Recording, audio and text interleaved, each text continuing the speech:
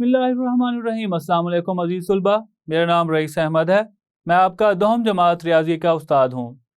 अज़ीज़ तुलबा, पिछले लेक्चर के अंदर हमने मश्क नंबर 2.8 से पहले मिसाल नंबर 3 और साथ ही मश्क नंबर 2.8 का 7वां सवाल हल किया था। तो आइए अब हम मश्क नंबर 2.8 उसका छठा सवाल हल करते हैं। तो बढ़ते हैं हम वाइट बोर्ड की जानिब। इसका छठा सवाल के अंदर ये कहा गया है, एक मुस्बत सही अदद, एक मुस्बत है, एक अदद है हमारे पास और वो मुस्बत है और उसके अंदर दो हिस्से हैं। पहले हमें यहां पे ये देखना होगा कि अगर अदद एक है और उसके अंदर दो हिस्से हैं तो दो हिस्से अदद किस तरह का होता है। बेटा जी देखें, आपने आदाद अगर पढ़े हैं, मिसाल के तौर पर मैं यहां पे कहता हूं 5, क्या ये दो हिंसी अदद है? आप कहेंगे सर ऐसा नहीं है, क्योंकि यहां पे इस एक अदद को हम इकाई कहते हैं। अगर ये अदद कोई ऐसा होता जिसमें दो हिस्से होते तो हम इस अदद को दो हिंसी अदद कहते। मिसाल के तौर पर 55 यहां पे एक अदद, लेकिन ये दो हिंसी अदद है, इसमें दो हिस्से हैं। पहला हिस्सा इकाई और दूसरा हिस्सा जी बिल्कुल कौन सा है? दहाई। बेटा जी अगर हम इसे लिखना चाहें मजीद, हम इस दो हिंसी अदद को कुछ इस तरह से भी लिख सकते हैं। मिसाल के तौर पर ये 55 है तो हम इसे ऐसे भी लिख सकते हैं, 50 जमा 5, ये इकाई हिंसा और ये दहाई हिंसा। अब यहां पे एक चीज हम गौर करें तो दहाई हिंसा जो भी अदद होगा वो हमेशा 10 से ज़रब हो रहा है। मतलब दहाई हिंसे को हम इस अदद को ऐसे लिख सकते हैं, 5 ज़रबे 10 जमा 5। अगर मैं कोई अपनी तरफ से एक और हिंसा लिखता हूं, मिसाल के तौर पर वो अदद 45 है, तो ये इकाई हिंसा और ये दहाई हिंसा, इसको हम ऐसे लिख सकते हैं, 40 जमा 5, 5 यहां पे इकाई हिंसा, 40 यहां पे दहाई हिंसा होगा। हम इसे ऐसे भी लिख सकते हैं, 4 ज़रबे 10 जमा 5। अगर यहां पे अदद मालूम नहीं है तो इसको अगर हम फर्ज किया x लिखते हैं तो दूसरा अदद जो उसके अंदर होगा, दूसरा हिंसा होगा, हम अदद नहीं कह सकते, ये पहला हिंसा x होगा और दूसरा हिंसा जो होगा वो किस तरह का होगा? वो हमेशा 10 से ज़रब होगा। मिसाल के तौर पर ये अगर हम पूरा अदद लिखना चाहें तो x जमा y, यहां पे हमारे पास नामालूम हिंसा है, इसे अगर हम y लिखते हैं तो ये किसके साथ ज़रब होगा? जी बिल्कुल 10 के साथ ज़रब होगा। हम इस अदद को लिख सकते हैं x जमा 10y। आइए अब हम बढ़ते हैं इस सवाल के हल की जानिब और इसे हम हल करते हैं। हमें यह कहा गया है सवाल के अंदर, एक मुस्बत सही अदद के दो हिस्सों के मुरब्बों का मजमुआ 65 है। हमें सबसे पहले किसी मुस्बत अदद के दो हिस्से फर्ज करने होंगे।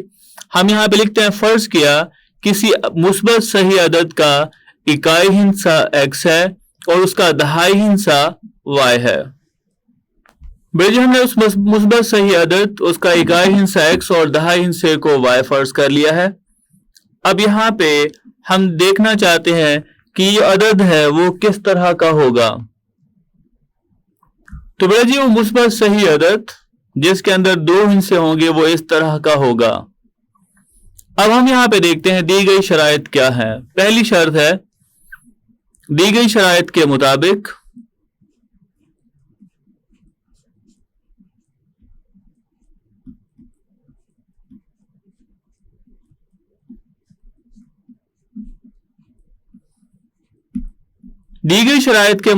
पहली शर्त क्या है? इन हिस्सों के मुरब्बों का मजमुआ, आदाद के मुरब्बों का मजमुआ नहीं, दो हिस्सों के मुरब्बों का मजमुआ। पहला हिस्सा इसमें x है, दूसरा हिंसा दहाई हिंसा नहीं, सिर्फ और सिर्फ हिंसा यहाँ पे कहा गया है, दहाई नहीं कहा गया।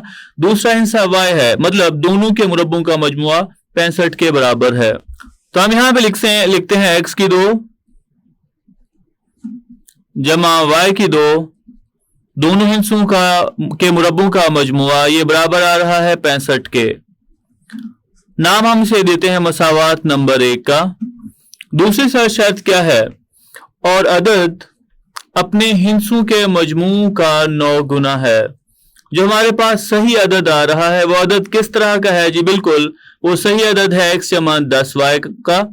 वो कहता है x जमा 10y जो भी अदद है वो किसके बराबर आता है? अपने हिंसों के मजमूए। अपने हिंसों के मजमूए कौन से होंगे? कौन से इसके हिस्से हैं? पहला हिस्सा x है, दूसरा हिस्सा इसके अंदर y है। इन दो हिस्सों को जमा करें और अगर हम इसका 9 गुना मतलब 9 से ज़रब करें तो वो उसी अदद के बराबर आता है। दूसरी शर्त मतलब कहना ये चाह रहा है कि अगर जो हमारे पास हिंसा है x जमा 10y ये बराबर है अपने हिंसों के मजमूए मतलब x जमा y और इसका 9 गुना मतलब 9 से अगर हम इसे ज़रब करते हैं तब। भाई जी हम यहां से x या y के लिए कीमत निकालते हैं। हम यहां पे लिख सकते हैं x जमा 10y ये बराबर होगा 9x और जमा 9y के बराबर। x को इस तरफ y को इस तरफ लेके आए तो 10y नफी 9y ये बराबर होगा 9x नफी x के। तो हम यहां पे 10y में 9y निकालें तो y बराबर होगा जी किसके बराबर होगा? y बराबर होगा 8x के। इसे हम नाम देते हैं मसावात नंबर 2 का, क्योंकि जब हम y के लिए कीमत निकालने लगेंगे मसावात में कीमत दर्ज कर देंगे। बेटे जी अब हम क्या करते हैं, यही जो y बराबर है 8x है, इसी मसावात को या इसी कीमत को मसावात 1 में दर्ज करते हैं। आइए अब हम मसावात 1 में ये कीमत दर्ज करते हैं। मसावात 1 है x की 2 जमा y की 2, y बराबर है 8x के। कीमत दर्ज करें तो हम यहां पे लिख सकते हैं 8x की 2 ये बराबर होगा 65 के। x की 2 8 का मुरब्बा किसके बराबर होगा? 64 के। और x की 2 बराबर होगा 65। 64x की 2 जमा 1x की 2 जी बिल्कुल ये जवाब आएगा 65x की 2 और ये बराबर होगा 65 के। अगर हमने x मालूम करना है तो बेटा जी हम 65 के ऊपर तकसीम कर देंगे 65 को। x की 2 इसका जवाब आएगा सेम अदद, उसके ऊपर सेम अदद को तकसीम करें तो जवाब 1 के बराबर होता है। अब हमने मालूम करनी है x की कीमत, तो हम दोनों अतराफ पे जज़र ले लेंगे। हम यहां पे लिख सकते हैं x की 2 का जज़र ये बराबर होगा 1 का जज़र। जवाब यहां पे 2 आएंगे, 1x बराबर होगा जमा और नफी 1 के। क्योंकि सवाल के अंदर ये कहा गया था मुस्बत सही अदद हमें मुस्बत चाहिए, तो हम नफी वाले अदद को नजरअंदाज करते हैं। x बराबर नफी 1 नजरअंदाज करते हैं तो यहां पे x की कीमत जो होगी वो किसके बराबर होगी? जी बिल्कुल x बराबर होगा 1 के। अब हम ये कीमत मालूम कर लेते हैं y की, तो इसको हम मसावात 2 में दर्ज करते हैं और मसावात 2 है y बराबर है 8x। कीमत दर्ज करें x की 1 के बराबर है तो y बराबर होगा 8 के। पर जी क्योंकि हमें कहा गया है सवाल के अंदर कि हमने वो अदद मालूम करना है, मुस्बत सही अदद वो क्या होगा, हम यहां पे लिख लेते हैं मुस्बत सही अदद और ये बराबर हमने लिखा था x जमा 10y के और इसे हम लिख सकते हैं x की कीमत 1 के बराबर जमा 10, y के इसके बराबर आ रहा है 8 के। 8 को 10 से ज़रब करें जवाब आएगा 80। 80 में 1 जमा करें तो जवाब जी बिल्कुल 81 होगा। तो ये था हमारा सवाल नंबर 6। अब हम हल करते हैं सवाल नंबर 8। भाई सवाल नंबर 8 के अंदर कहा गया है दो सही आदात का मजमुआ। यहां पे एक चीज आपने जहन नशीन रखनी है, पिछले सवाल के अंदर ये कहा था एक सही अदद था उसके दो हिस्से थे, तो हमने उस तरह का अदद लिखा था। यहां पे दो सही आदाद हैं, इसका मतलब अगर एक सही अदद x है, दो अलग अलग दो मुख्तलिफ सही आदाद हैं। अगर एक सही अदद x है तो दूसरा y होगा। हम यहां पे फर्ज कर लेते हैं पहला सही अदद x और दूसरा सही अदद y है। बेजी हमने फर्ज कर लिया x और y दो सही आदाद हैं। दी गई शराइत के मुताबिक पहली शर्त यह है इन दोनों सही आदाद का मजमुआ 9 के बराबर है, तो हम यहां पे लिख सकते हैं x जमा y ये बराबर होगा 9 के। अब यहां से x या y की कीमत निकालते हैं हम, इसको हम नाम देते हैं मसावात नंबर 1 का। अगर हम यहां से y के लिए कीमत निकालें तो हम यहां पे लिख सकते हैं y बराबर होगा 9 नफी x के। इसको हम नाम देते हैं मसावात नंबर 2 का। अब हम आते हैं दूसरी शर्त की जानिब।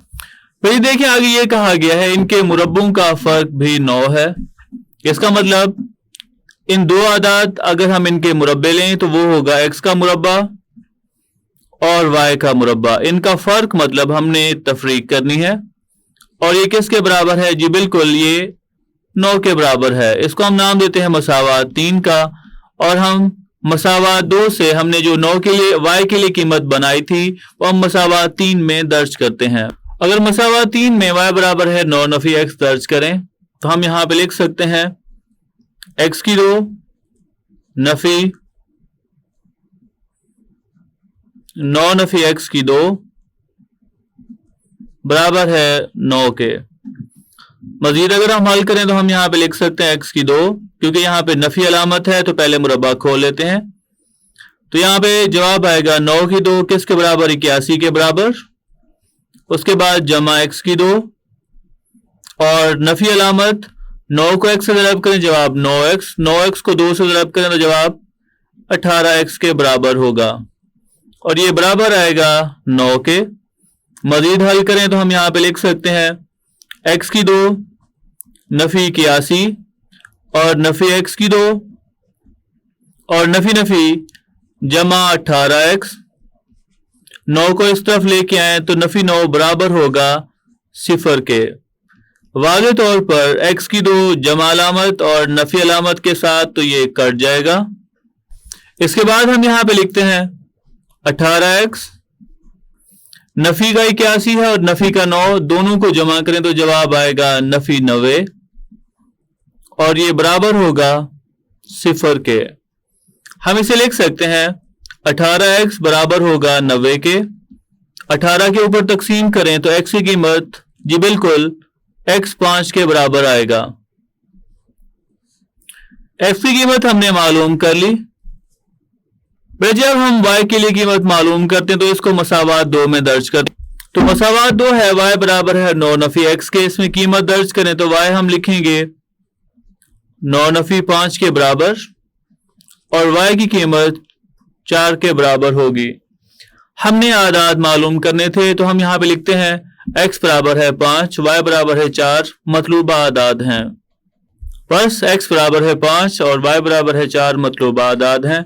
आइए हम इस मश्क का आखिरी सवाल जो हमारा रह गया था सवाल नंबर 9 वो हम हल करते हैं।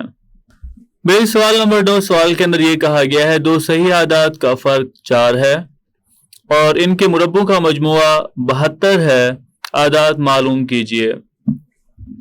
हमारे पास जिन आदाद का फर्क 4 और इनके मुरब्बों का फर्क 72 है वो आदाद हमें चूंकि मालूम करने तो हम फर्ज कर लेते हैं। फर्ज किया x और y दो मतलूबा सही आदाद हैं।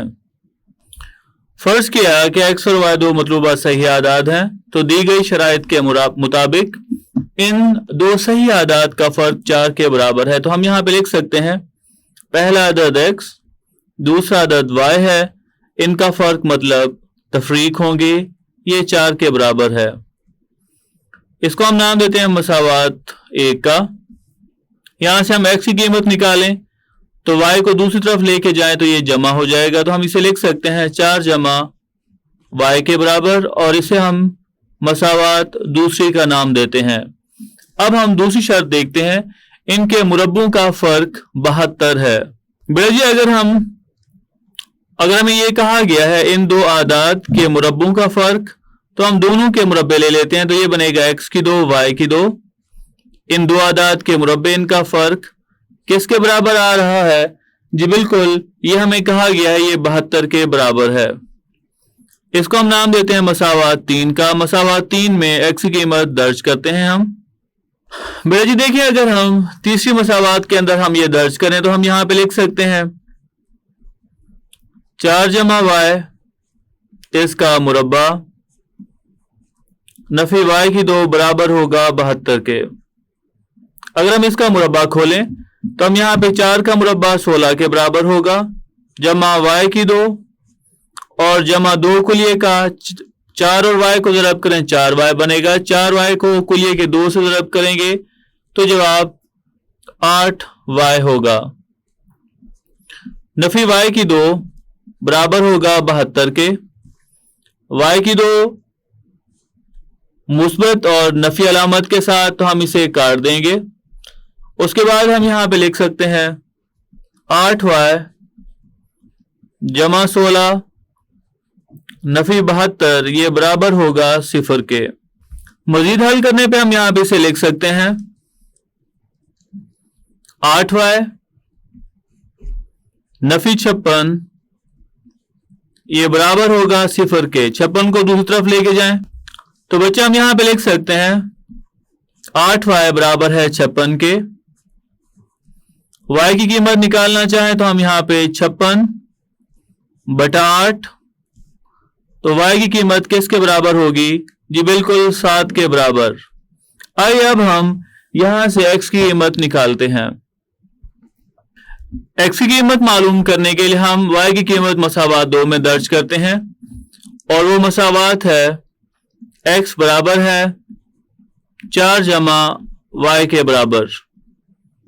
y की कीमत दर्ज करें तो हम यहां पे लिख सकते हैं 4 जमा 7 बराबर होगा 11 के। बस मतलूबा आदाद x बराबर है 11 और y बराबर है 7 है। बस x बराबर है 11 और y बराबर है 7, दो मतलूबा सही आदाद हैं।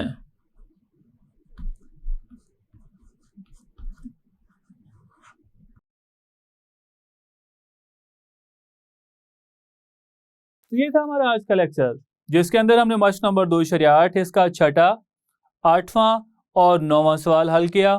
उम्मीद करता हूँ आज का लेक्चर आपको समझ आया होगा। मिलते हैं अगले लेक्चर में।